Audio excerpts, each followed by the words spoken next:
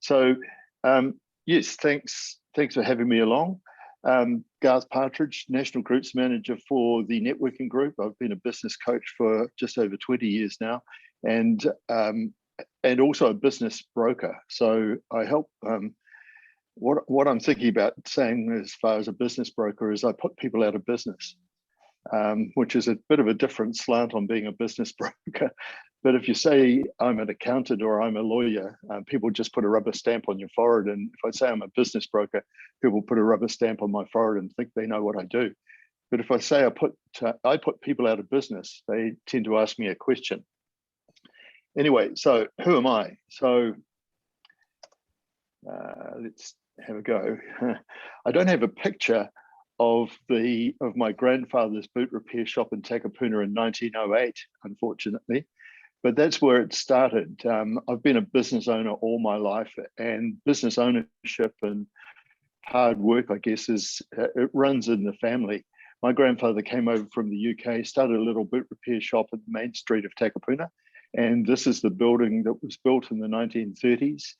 And I didn't know my grandfather, unfortunately, but my father and my uncle turned it into a building that's standing in the main street of Takapuna today. I was basically brought up in the back of the boot shop, and I can't nail a nail into a piece of 4x2, but I can certainly put on heel and toe plates, if anybody remembers what heel and toe plates are. So that's where I've been.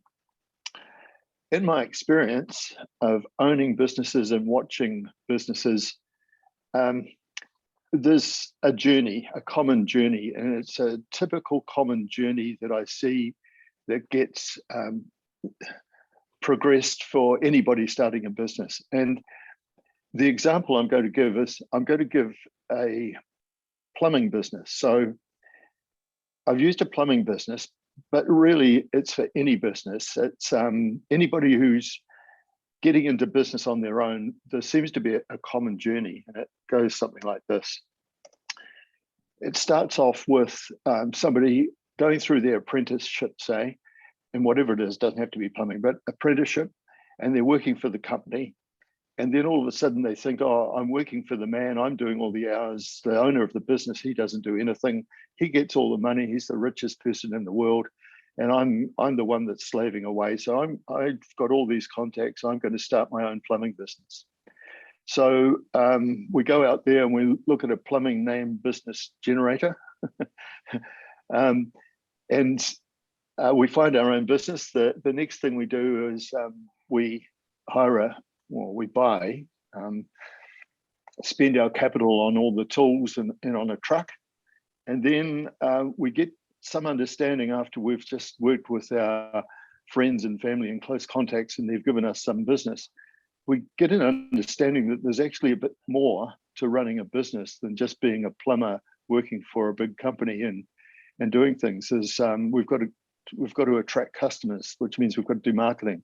At some stage, we might think about employing somebody. We've got overheads, we've got all sorts of things, and the amount of profit that pops out of the bottom of the pipeline is not always what we thought it would be.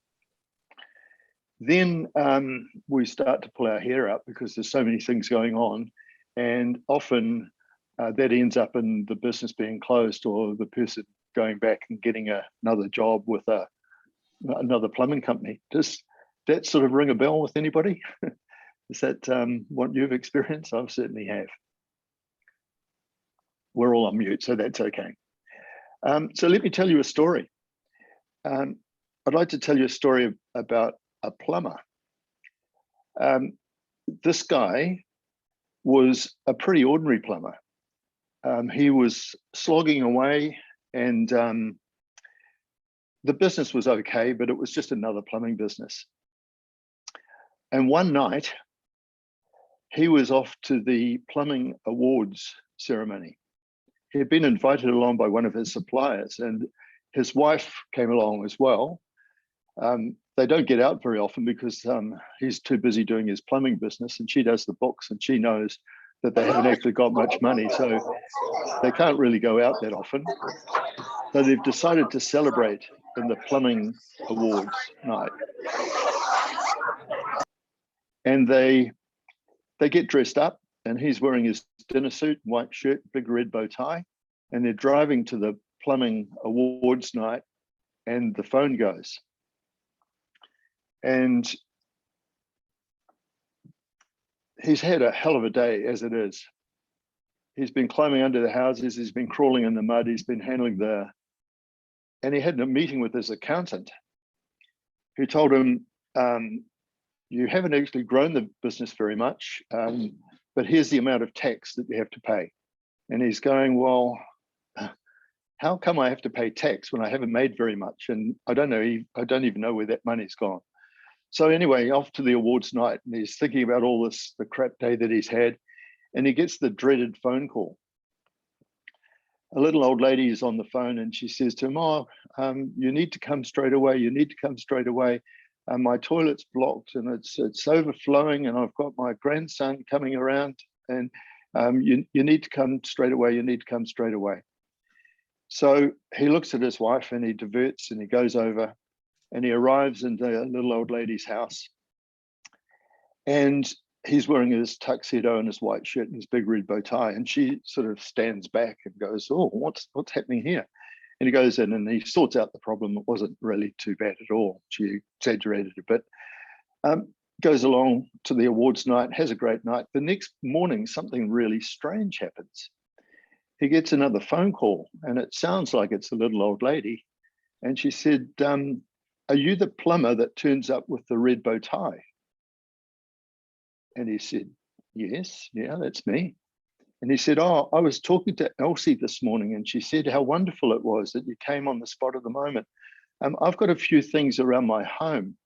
I wondered if you'd be able to help me with them.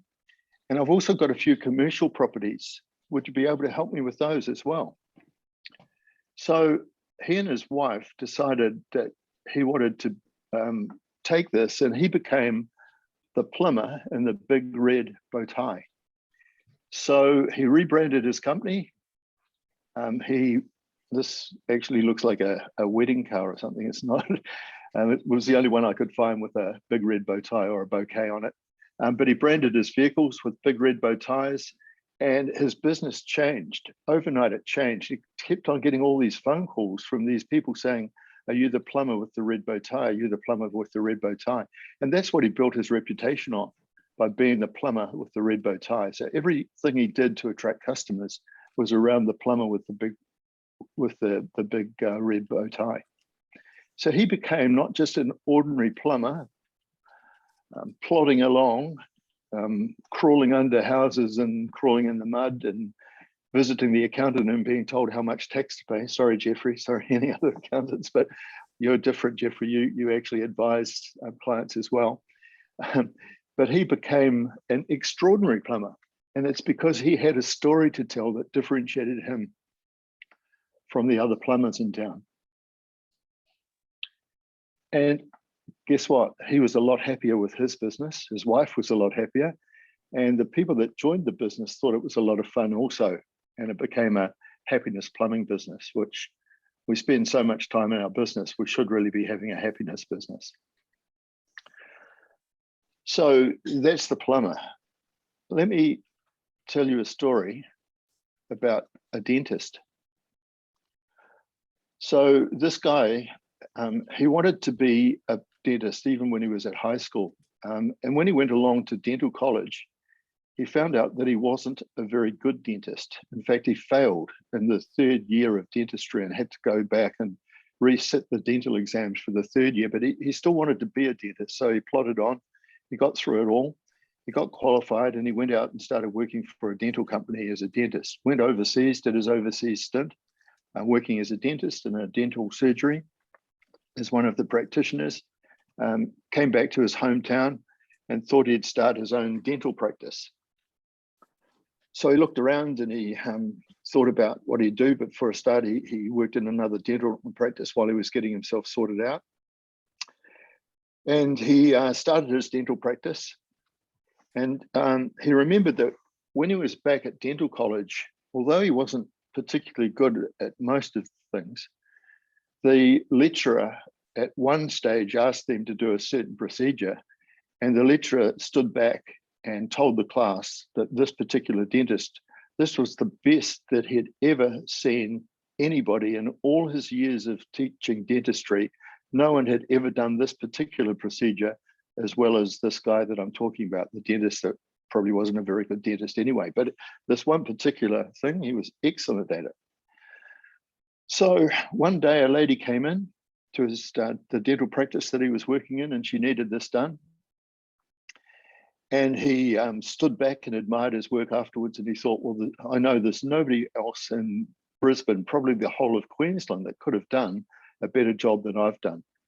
And it just so happened that a day later, he was out having a coffee, and she was sitting there talking to her friend, and she was at the table right behind him. And he thought, oh, well, this is going to be interesting. I wonder what she's going to say about that wonderful job that I did in her mouth. And what she said to her friend is, you can't believe what happened when I went to the dentist yesterday. And he thought, oh, she's going to talk about it. She's going to talk about it. And she said to her friend, you just can't believe it, but there were fingerprints on the mirror around the light. And it just made me wonder what the rest of the hygiene was like in the dental surgery. So this dentist thought about it and then thought, well, what's going on here? And what he figured out was that people don't really understand how good you are as a real estate agent, or as an employment consultant, or as a lawyer, or as an accountant. They don't understand your professional qualifications. They don't understand how good a dentist you are.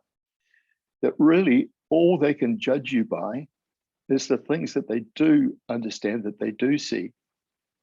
And this dentist called these things like the cleanliness of the mirror around the light.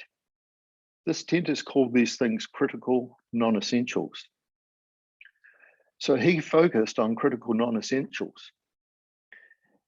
And he turned his business into an incredible business.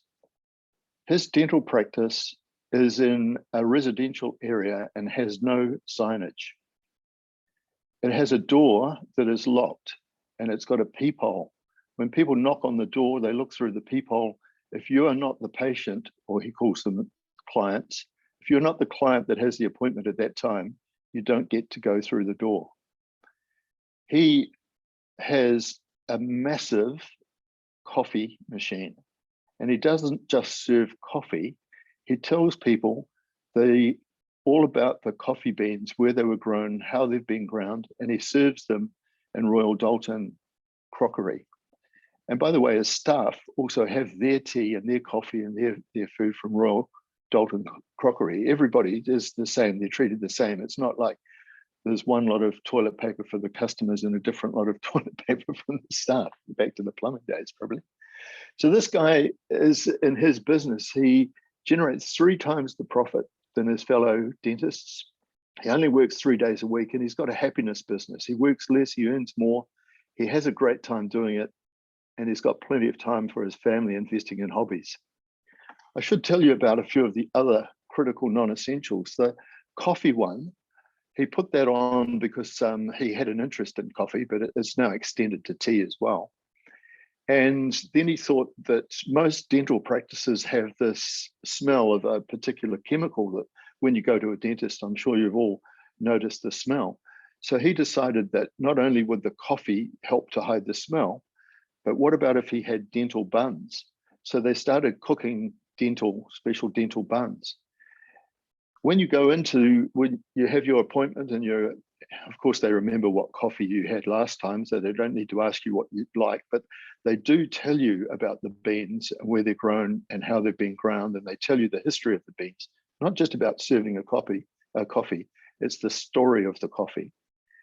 You go into your room, which has got your name on the room, and it's lovely couches and coffee table, and on the coffee table are the current versions of the magazines that they know that you're interested in. Then the dentist, his name is Paddy Lund. Paddy comes in, sits down on a couch, eye level to eye level, and starts talking to you about your dental management plan and what's going to happen. You're then presented with your hygiene kit to go and brush your mouth and wash your mouth out. and go on through into the surgery, have dental practice. So this is not the sort of dental practice that everybody would want to attend, but he does absolutely no marketing, and he only accepts referral clients. And as I say, he works only 3 days a week and makes probably 3 times more than any other dentist in Brisbane or Queensland, sorry. So he has a book, and it's called Critical Non-Essentials. And when I first heard of this guy, I wanted to buy the book. So the book was about giving your clients a great story that they can tell their friends. So people who go along to this dental practice have this great story that they can talk about. Well, when I went to Paddy this week, the coffee that they're using is da-da-da. It's not really about the dentistry. It's about the whole experience. And I'm sure you've all been to restaurants where most of the experience has been fantastic, but there's one thing that lets them down, and that might be the menu that's served to you is a bit dog-eared and greasy, or the glass gets thumped down on maybe it's the toilets are not clean, and it gives you a bad impression. You don't go and tell your friends about that restaurant if there's one bad thing.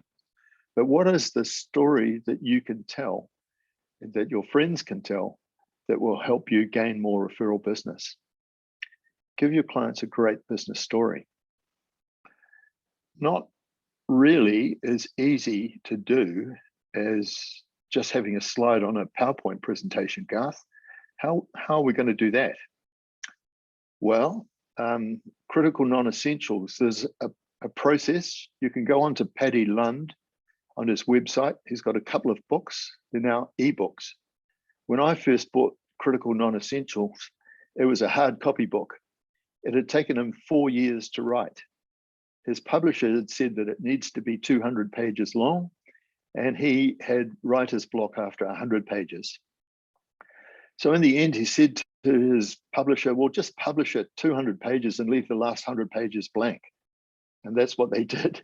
And it became a best-selling book. He's now finished it. I don't know that it's 200 pages, but the book that I received didn't arrive in the mail the very next day. I couldn't go into a bookstore and buy it. I had to buy it from paddylund.com website. It didn't cost me $29.95 plus postage. It cost me $79.95 plus postage. When it did arrive 5 to 6 weeks later, it was wrapped in recyclable paper with a recyclable ribbon around it, and with a card handwritten by, I guess it was Paddy Lund, saying, Garth, thank you very much for buying my book. All the very best in creating your critical non-essentials, and all the very best in your happiness business, Paddy Lund. Everything that he does is spectacular. So what are your critical non-essentials for your business? And I can help you if you want me to do a workshop one-on-one, or we can set up a Zoom meeting. I can help. Your business coach can help you. Your fellow TNG members can help you think about your business and your critical non-essentials. And in some of the groups, I've held workshops where 5 or 6 of the members get together, and all I'm doing is facilitating it. That can be run just in your own group with 5 or 6 of you, thinking about each other's business and coming up with some critical non-essentials. And I'm sure Kayleen will tell you, and Theo will tell you, that we've had some fantastic ideas in the OREWA group through running a little workshop. But there's a few more things that can help you with this. And one of them is the Octopus Tribe. So you probably will have seen, or most of you will have seen, this press release that we put out, this blog that we put out from TNG, which introduces the Octopus Tribe. It's a Facebook group, and it's run by Mike Hancock. He's out of South Africa, and he has another facility which is called the Worldwide Business Intelligence Platform. The Octopus Tribe has a webinar at 7 p.m. New Zealand time on a Tuesday night, every Tuesday night. And you can connect. They have, again, it's a bit like this, they have international speakers. So much better speakers than you've got today. International speakers from all around the world, and they're fantastic. The format lasts for 1 hour, and at 25, 30 minutes of a speaker, and then there's an interactive session where you can ask questions, and you can ask questions of the other people who are on the webinar. And if you were thinking about your critical non-essentials, this is an incredible platform to get feedback and information from people all throughout the world. So that's one thing. The Octopus platform on Facebook, and it's a Zoom meeting. It says on this one, sorry, oh yeah, that's right. The Octopus Tribe, the Facebook platform is every Tuesday at 7 p.m.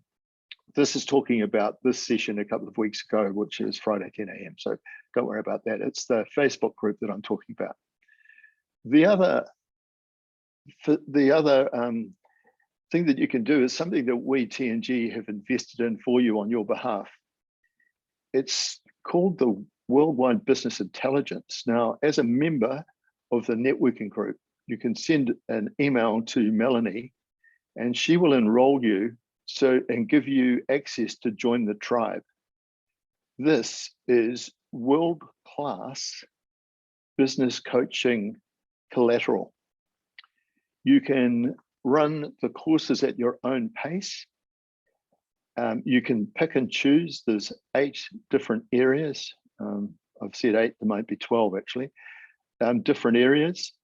And it is absolutely world-class material that's been put together by Michael Hancock and Landy Jack.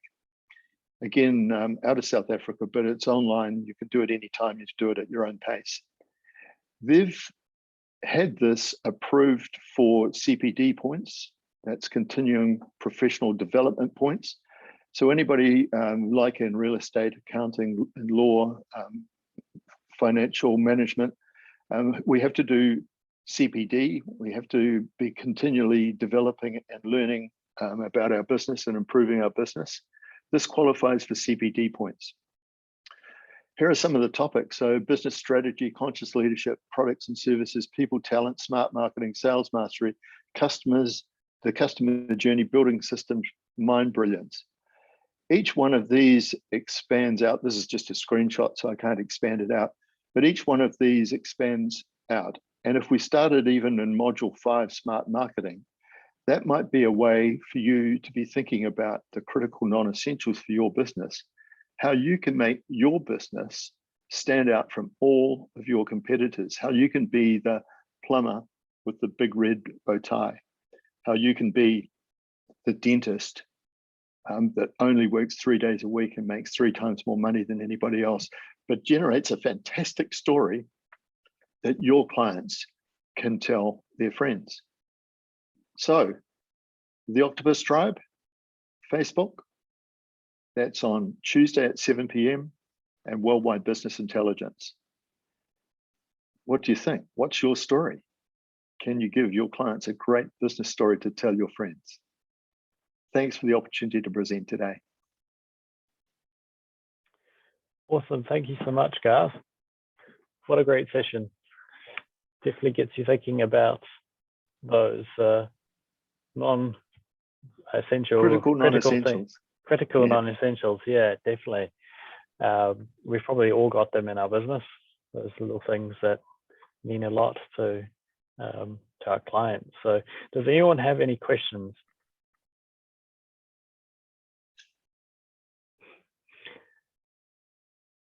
Clearly you, yep. Theo, go ahead. I don't have any questions, but I certainly endorse the comments that Garth made about the benefit of a small collective, a small group of people getting together and just sort of collaborating, throwing ideas out there in terms of starting to think and focus on these critical non-essentials. It's a bit of a mouthful. For some time I was calling them non-critical essentials, but so you got to get it right. So it's critical non-essentials. But a very well worth exercise, and I do recommend it to any other members, any other TNG groups as well. Thanks, Theo. Colin. Good morning, everybody. Sorry I was a bit late getting on the call. I just returned from a TNG meeting out at Iraqi. I just want to thank Garth for a brilliant presentation and endorse what he said about Mike Hancock's organization. I've been involved with Mike now for quite a while, and he and Lundy are beautiful people. Mike, in fact, is, although they're based in South Africa now because of COVID, spends a lot of time in Auckland. They spend, when they're not traveling the world, because he's been to so many countries now, it's unreal. But their worldwide intelligent business is worldwide intelligence. They have had masterminds all over the world. So they're not just telling you stuff out of a textbook, they're telling you stuff out of a real experience. But Garth, while you were talking, I was reminded, and it took me way back to the years when I was still an article clerk, and most people won't know what that means, but when I was studying to become a chartered accountant.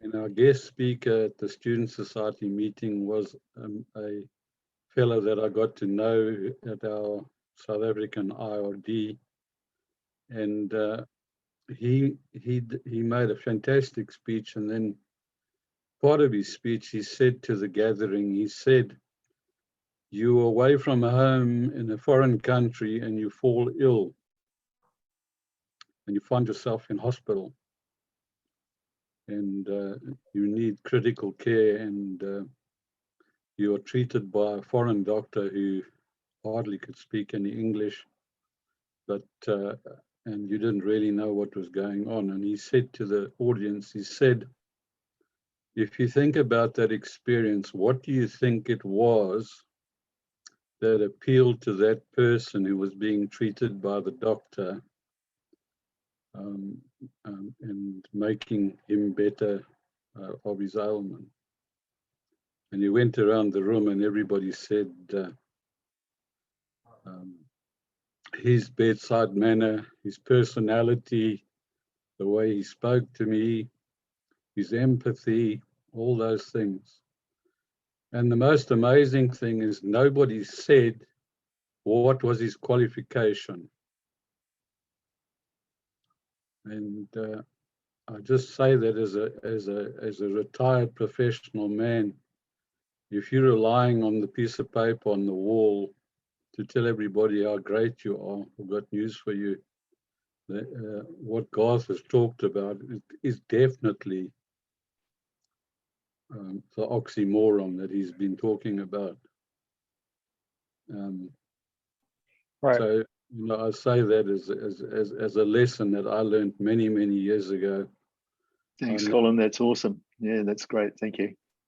So thanks for that, Garth. And I encourage all of you to make use of what TNG has provided for us. Looking at worldwide intelligence will not be a waste of your time. Perfect. Okay. Yeah, definitely. If you need the links to any of that stuff, get in touch with Melanie with Octopus Tribe, the work that they're doing, and she can set you up as well. Garth, quick question. What are some critical non-essentials in your own business? Oh, thank you, Dan. My background is in retail. So you saw the shoe shop there in Hurstmere Road, Takapuna, which I took that business over from my father and my uncle. I took it over. I bought them out, my father and my uncle. And we were on the main street in Takapuna, and out around the corner, probably about 200 meters away, was the national chain Hannah's. And Hannah's decided that they needed to move into Hurstmere Road. So a building was built right next door to us, and Hannah's chose, there were 3 shops in this new building. Hannah's chose to move into the store right next door to me. I had 17 feet of road frontage. They had 30, 40 feet of road frontage, and their store was massive. And here I am, a family business, employing about 10 people, and probably being the least paid person in the business at the time, but that's okay. And here's my opposition arriving in next door to me. So one of our client said to me, a very wealthy man, a man who made a lot of money in real estate on the North Shore, he was absolutely flabbergasted that Hannah's could arrive next door to me. So he offered to buy me a neon sign in the Hannah's colors, which was an arrow pointing into my door main entrance. And I thanked him very much. His name was Squire. I said, Squire Speedy, thank you so much. That's a really generous offer, but I think we'll be okay. And we were okay. Our service was absolutely different to the service that people got in Hannah's next door. But one of the things that I did back then, and I didn't really understand critical non-essentials, but one of the things that I did back then is I got a really large cane cage and a canary. And I had the canary and I put it at the front of the store and hang it on a hook inside, not all over the footpath, but in the entrance to the store. And this canary would sing away, and it was called Partridge's Family Footwear. So we sold family footwear. And the kids would say, can we go to that shop that's got the singing canary? And when I look back on it, that was a critical non-essential. It was something that attracted people to my store and something that people could tell a story about. Cool. So when people are trying to uncover their own critical non-essentials, obviously talking to the clients about what they care most is a good step. What are some steps that people can take to uncover these? Yeah, there's a bit of a process. If you do go ahead and purchase the Happiness Business Book from Paddy Lund, it's now available as a download. There's some steps along the way, and the workshop that I facilitated with a couple of groups, I've gone through those steps. And we don't have time for me to go through those steps today, but there is a process. I think a couple of the most important things is, and it's a mistake that I see when I go around the different TNG groups, people try and tell the other members in their 60-second presentation, they try and tell them everything that they do, and it doesn't work. So focus on, well, what's the one thing that I want to focus on and present for the next 3 meetings? I'm going to present on this one thing, but tell a story how you've helped people with that one thing, because people can remember a story. So if you're going to try and work through the critical non-essentials program, the first thing I think to do is to work out what is your main key product or service. And when I'm doing the workshop, I ask people to write down everything that they do in the way of products and services, cut it down to 3 and then cut it down to 1. And they get a bit of a shock when I ask them to cut it down to 1. And then the next thing I do is I say, well, who are you trying to attract? Who's your A-class client? And some people have a real problem describing their A-class client. So what I then do, and it's a bit of a nasty trick, I guess, is I then say, well, if you can't think of the attributes of your A-class client, tell me about your worst client. And boy, can they tell me all sorts of stories about their worst client. And obviously their best client is the opposite of their worst client. So we get there in the long run. But those are probably the first 2 steps. Identify what your main thing is, and then identify who it is that you're trying to attract. And then the first step in finding your critical non-essentials, it's something that's related to your business, but it's not absolutely related to your business. Like a big red bow tie is not related to plumbing, and a big coffee machine and telling the story about where the coffee beet, that's not dentistry. So to be something, in fact, the coffee machine was because Paddy Lund liked coffee. So it's probably something that you like, that you go, and my name's Partridge, so I didn't mind having a bird in Partridge's footwear. So yeah, there's a couple of steps along the way. Great. Awesome. Well, thanks very much, Garth. These sessions are recorded as well. So if you want to get a hold of a recording, Melanie, I'll send it to Melanie, and Melanie can distribute it out to you guys. So if you want to share it, and then obviously in your own TNG groups as well. This is an open invite. It's included in your TNG membership. So if any of the people in your TNG group would be interested or get benefit out of the group, do let them know, and then we can send them the link and they can join in as well. So really appreciate it, Garth. What we're going to do is, so yeah, thanks to Garth. What we'll do now is just do a quick wrap around the room and just introduce yourself, tell us a little bit about what you do, and just keep it to 60 seconds. So I'm just going to go from left to right on my screen, and we're going to start with Claire. So, surprise. Hello, everybody. Hi, Claire Baker from Egentech, your friendly digital lead generator. So we find consumers, you know, well, you hopefully know who your best type of customer is. What do you need to know about those people? Can you pick the phone up at every time and know that you're speaking to the right person? Are they the right demographic? Do they have the right income? Do they have the right ethnicity? Any of those things, if you need to know before you pick the phone up that you're going to speak to the absolute right person to fit your best customer, then I can find those people for you. So that's Claire Baker, your friendly digital lead generator. Perfect. Thanks, Claire. Cheryl.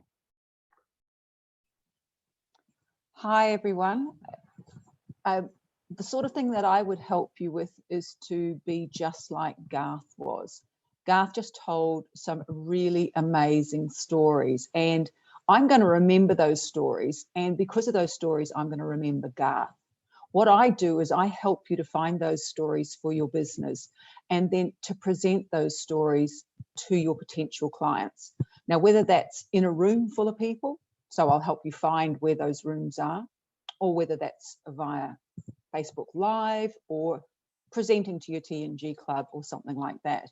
What I do is I help you find the confidence to say it. I help you find those stories, and I help you to find where to say it so that you make real connections with your clients rather than just being yet another Facebook ad that pops up. And I don't disagree with Facebooks and all the rest of it, but I think to make those real connections first, it needs to be face to face. So that's where I help. Thanks, Cheryl. Hugh. Hello, everybody. Jeff from Hughes Judd Accounting, a full suite accounting firm based in on Auckland's North Shore. We are specialists in small business, and we like small business because big business is just crunching the numbers, where small business requires a bit of hand holding and help, which we really enjoy. So if you need, our ideal client is anybody who has to deal with the IRD. So our tagline is, spend your time making money, not reporting on it. Perfect. Thanks, Jeff. Keith. Hi, I'm Keith Cito, first time attendant. Just want to say hi to my old friend Colin there. How are you, Colin? And yes, it's amazing to hear what Garth had to say. Keith Cito, I'm a business advisor. I like to think of myself as a smile merchant. I take a lot of walks around where I live, Keith Hay Parks, and which is Keith Hay Park, and I come across business owners looking people walking around with no smile on their face, and I can relate to that because if you think about it, as a business owners, there's so many things that bothers you, and it's very hard to keep a genuine smile on their face. So I guess my push is, if there's what is stopping you from smiling, let's have a chat about that. And I run a program which goes through different part of the business, and maybe I will be able to help you put a smile back on your face. And if you're already smiling, I'll put a bigger smile on it, even bigger smile on your face. So that's me, Keith, the business coach. If you not only want anyone who need a smile on the face and or bigger smile on the face, yeah, let me know. Keith Cito, business coach. Thank you. Cool. Imogen. Hi everyone, I'm Imogen from Kawau Bay Kitchen, currently in the restaurant right now. We're a small owner-operated restaurant based in Orewa, and I'm a new member of the TNG Orewa group. So this is the first webinar that I've attended. I really enjoyed it. I got a lot from it, so thank you, Garth, and look forward to attending more. Yeah, we have a la carte style menu. We do lunch and dinner Wednesday to Friday, and then on a weekend we have brunch as well. We're just a small restaurant focusing on quality seasonal ingredients, and we've got a new menu coming up soon. So that's Imogen from Kawau Bay Kitchen. Thanks. Perfect. Thanks, Imogen. Welcome. Kim. Hey, thanks, Garth. Yes, Ken Jackson here from the Mortgage Lab. I enjoyed that. Really good food for thought about the critical non-essential. And that's got a hard space to work in. I did find the stories, the way you presented was great. And initially, when you talked about being a business owner, I reflected back on when I was doing adventure tourism. It certainly was a time where I was working hard, but it's all the running of a business, the employing of staff and everything else that went along with it. That sort of, in the end, so I made the big life change, and I've been doing work as a mortgage advisor since, and it's been a great life change. Yes, so Ken Jackson, the Mortgage Lab. Perfect. Thanks, Ken. Theo. Yeah, hi, Theo here from UProtect NZ Insurance Services, personal and business insurance specialists. First and foremost, I don't sell insurance. The insurance sells itself. What I do is provide quality guidance and expertise on the basis of the 10 years experience I've had in the industry. Speaking of critical non-essentials, what have I been doing? One of the things about 5 years ago in moving to Millwater was really getting involved in giving to the community. I think people really value the fact that you're giving of yourself to the community without expecting anything back in return. But what has transpired, of course, is that the phone's going regularly. I'm getting emails coming through my website, and we've just got steady work just chugging on. And 5 years ago, we were sitting around a table at Rotary and people saying, what can we do for a worthy local cause? So I says, well, I'm Greek. I've had a restaurant. I play music. We can entertain people. Why don't we have a Greek extravaganza, and we'll raise funds for hospice? So everyone thought that's a great idea. The intention was going to be a long-term project, ongoing annual project. Over 5 years, it's generated a lot of interest. We've raised almost 70,000 for hospice, and we've got another one coming up this year. So when I talk to clients, my name gives itself away. They say, oh, where are you from? You're Greek. Yes. And we get talking about the Greek extravaganza. And they love the fact that you are giving of yourself and not expecting anything back. So that's my critical non-essential, or one of them anyway. So that's Theo at UProtect NZ Insurance Services, providing security and peace of mind for you, your family, and your business. Thanks, Theo. Colin. Good day, everybody. Yes, I'm a retired chartered accountant whose retirement lasted about 3 months. And I realized I couldn't sit around staring at the ceiling doing nothing all day. So after 40 years in the profession as a chartered accountant and 29 years as a partner with KPMG, 9 of those was based in Russia, I decided to use my skills and expertise and experience to help business owners get their businesses ready to sell or otherwise exit. So I'm a business growth consultant and exit strategist. And I have a saying that it's never too early to plan your exit strategy. If you are in business, part of your business plan should include an exit strategy, because you never know when somebody's going to come along, especially if you've got a successful business, come along and make you an offer to buy your business. And if it's not ready for sale, you could leave money on the table. So that's what I specialize in. So like Garth, kind of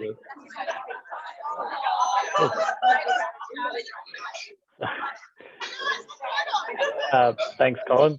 Greg, we got you next. Got a noisy background, but yeah, sorry, Dan. I'm in a cafe. I'm just waiting for a client. Actually, can you hear me? Okay. Yeah. Yeah, great. Okay. Hey, thanks very much for putting the webinar on, and thanks, Garth. That was awesome content today, as always. My name's Greg Anderson. I'm a business advisor.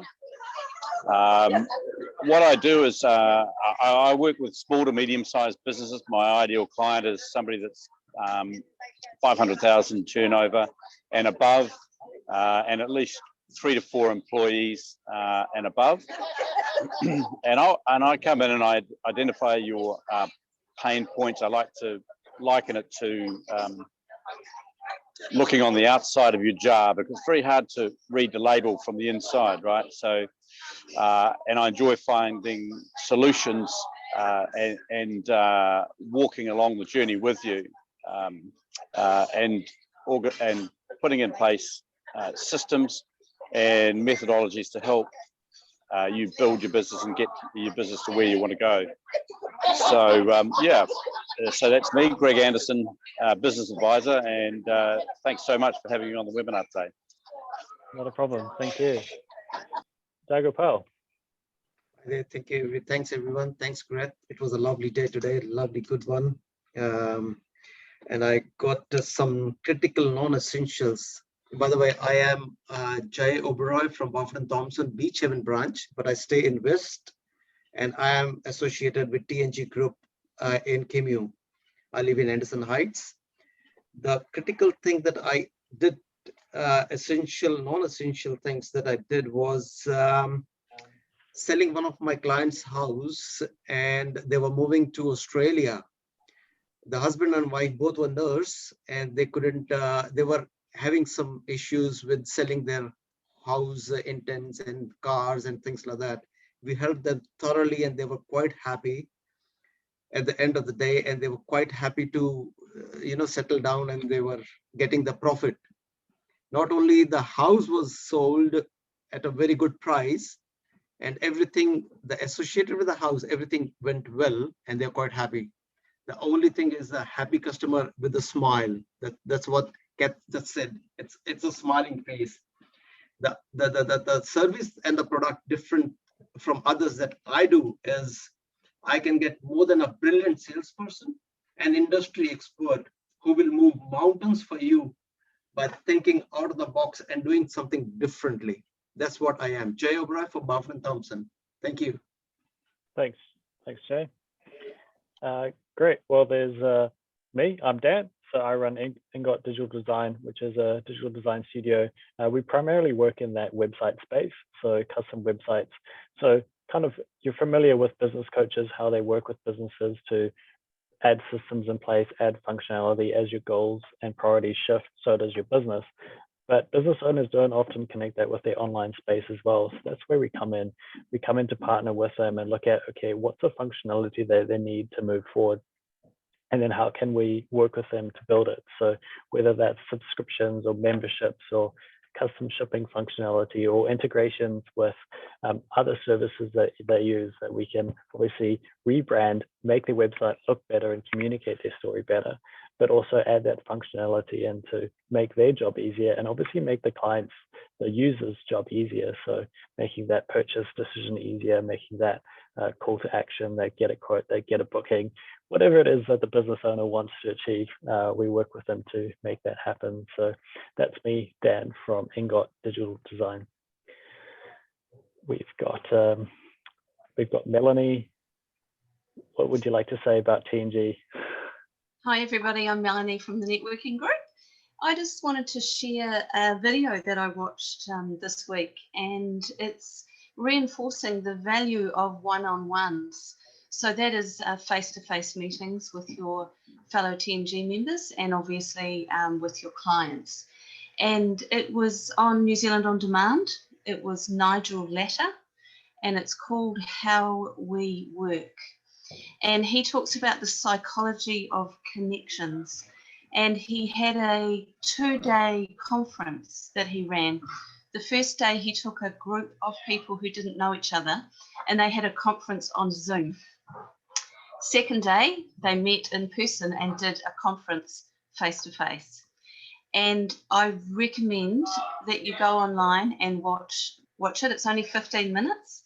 It's on New Zealand On Demand. I put the link on our Facebook page earlier in the week, and he reinforces the value of face-to-face meetings with your clients, the positive reactions, those smiles, Keith, and the psychology behind that connectedness that you get from face-to-face.